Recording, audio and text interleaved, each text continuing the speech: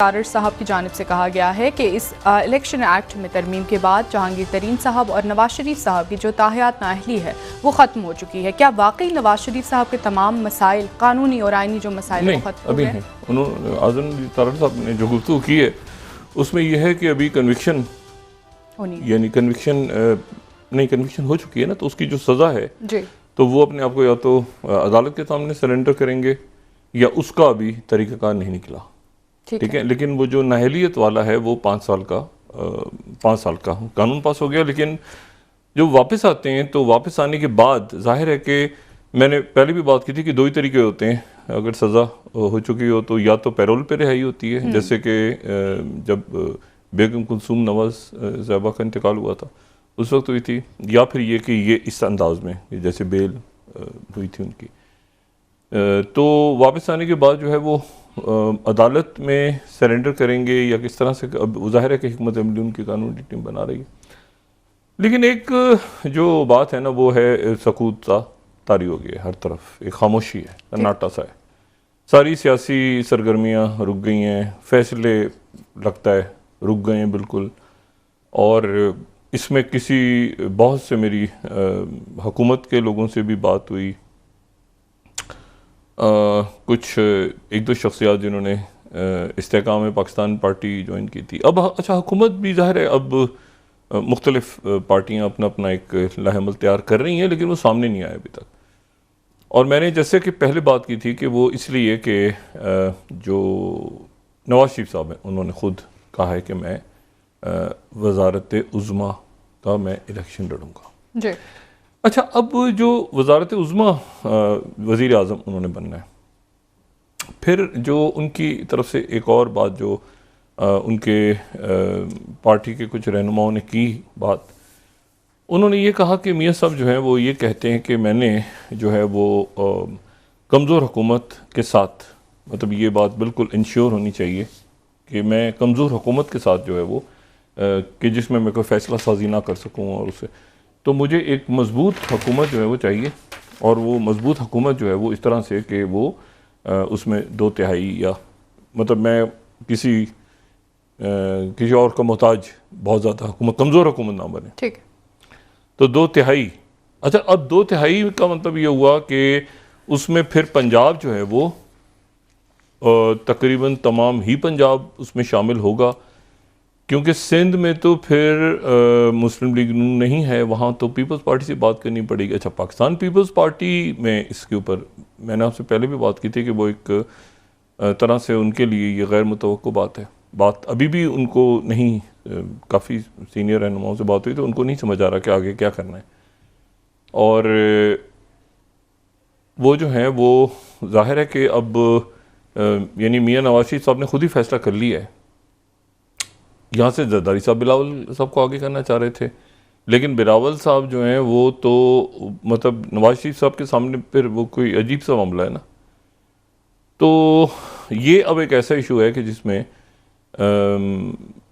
वहाँ से तो मरीम नवाज साहबा जो हैं वो उन्होंने अपने आप को पीछे किया है ज़ाहिर वज़ारत उज़्मा से। लेकिन मरीम नवाज साहबा जो हैं यकीनन अगर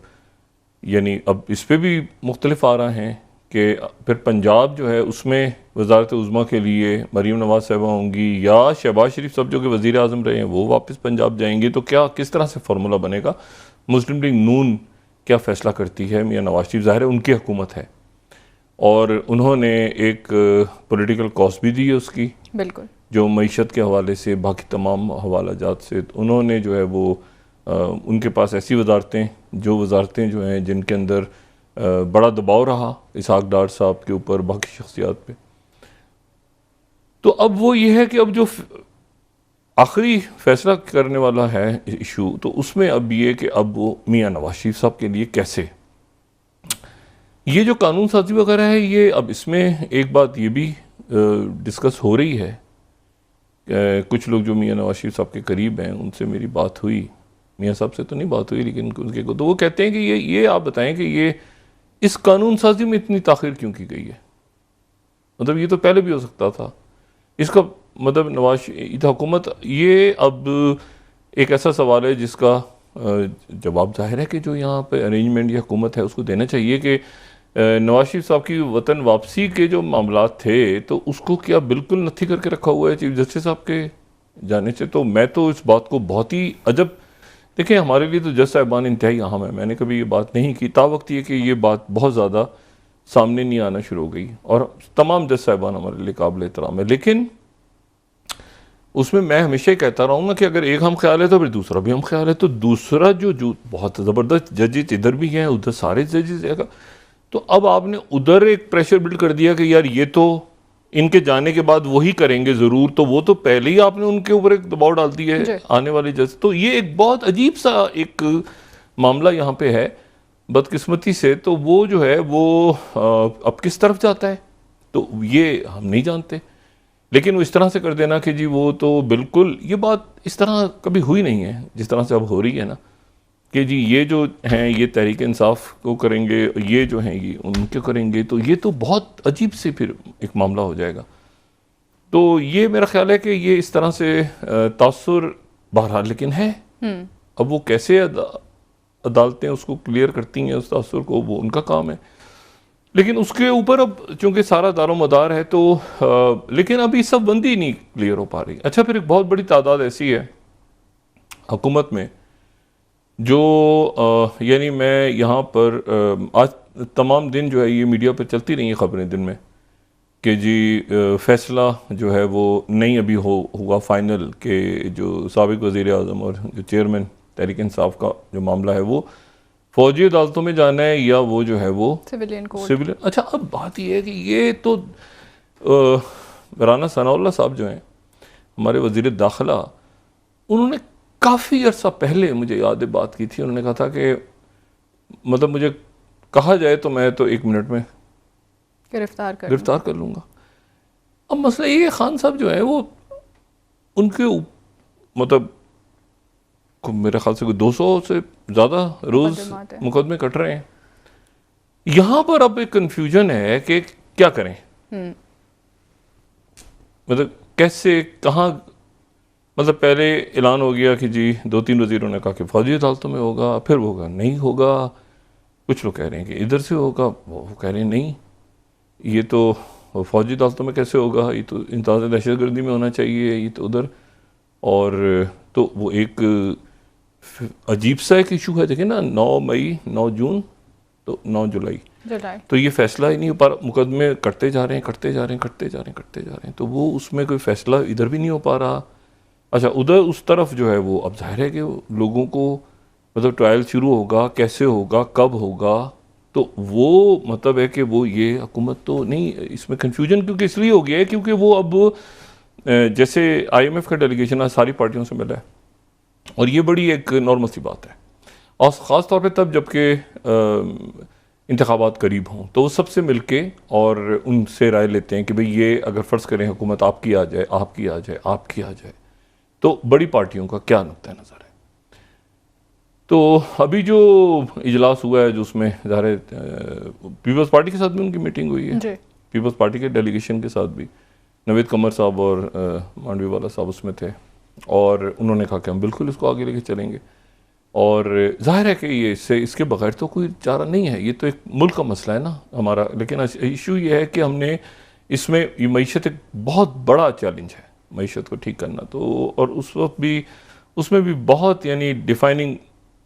ये दिन है कि किस तरह से हम अपनी फॉरेन पॉलिसी को, जियो पॉलिटिक्स को, चाइना, IMF, आगे पीछे दाएं बाएं कैसे उसको बैलेंस करते हैं और कैसे आगे चलते हैं। तो ये बड़े इम्पॉर्टेंट दिन है, फैसलों के जो दिन है, ये बड़े आम फैसलों के दिन है बतौर एक पाकिस्तानी के, कि हमने ये कैसे आगे चलना है और कैसे अपनी नस्लों के लिए कुछ आगे कोई उनको बताना है कि ये हम इस तरफ खड़े हैं और इस तरफ जा रहे हैं। लेकिन उसमें यह है कि उसमें जो पॉलिटिकल सियासी अदम इस्तेकाम है वो तो बढ़ता जा रहा है, क्योंकि उसकी वजह यह है कि देखिए ना, मतलब अब बिलावल वज़ीर ख़ारजा हैं, बिलावल भुट्टो ज़रदारी जो हैं वो वज़ीर ख़ारजा हैं, वो इसमें नहीं है मुशावर। शहबाज शरीफ साहब भी, नवाज शरीफ साहब जो हैं वो ग़ालिबन सऊदी अरब में, लेकिन ये कि वहाँ से कोई अभी तक उनकी ऐसा खबर नहीं आई ऑफिशियली। मैंने पूछा मुस्लिम लीग में उनके लोगों से, तो उन्होंने कहा कि जी वहीं पे हैं, लेकिन ये कि वो मुलाकात या आगे कोई चीज़ कैसे आगे जाना है जी। और ये जो बात है ना कि वो किसी के साथ इत्तेहाद करने को तैयार नहीं, ये बड़ी इंपॉर्टेंट बात है। यानी अगर किसी के साथ इत्तेहाद करने को तैयार नहीं है और वो कह रहे हैं कि मुझे अपनी ही बेस पे इलेक्शन लड़ना है, क्योंकि ये जो फिर मैं ब्लैकमेल आगे होने वाली हुकूमत जो है जी। अच्छा, अब ये जो इशू है, तो ये इशू उन्होंने ज़ाहिर देखा हुआ है माजी में। इस मामले में जरदारी साहब जो है वो ज़रा बेहतर तौर पे लेके चले अपनी इत्तेहादियों को। जो नवाज शरीफ साहब में वो, लेकिन ये कि वो जानते हैं कि माजी के अंदर उनके जो इत्तेहादी हैं वो ख़ास वक्त में वो छोड़ भी जाते हैं, निकल भी जाते हैं। कभी काफ निकल आती है, कभी कुछ निकल आता है।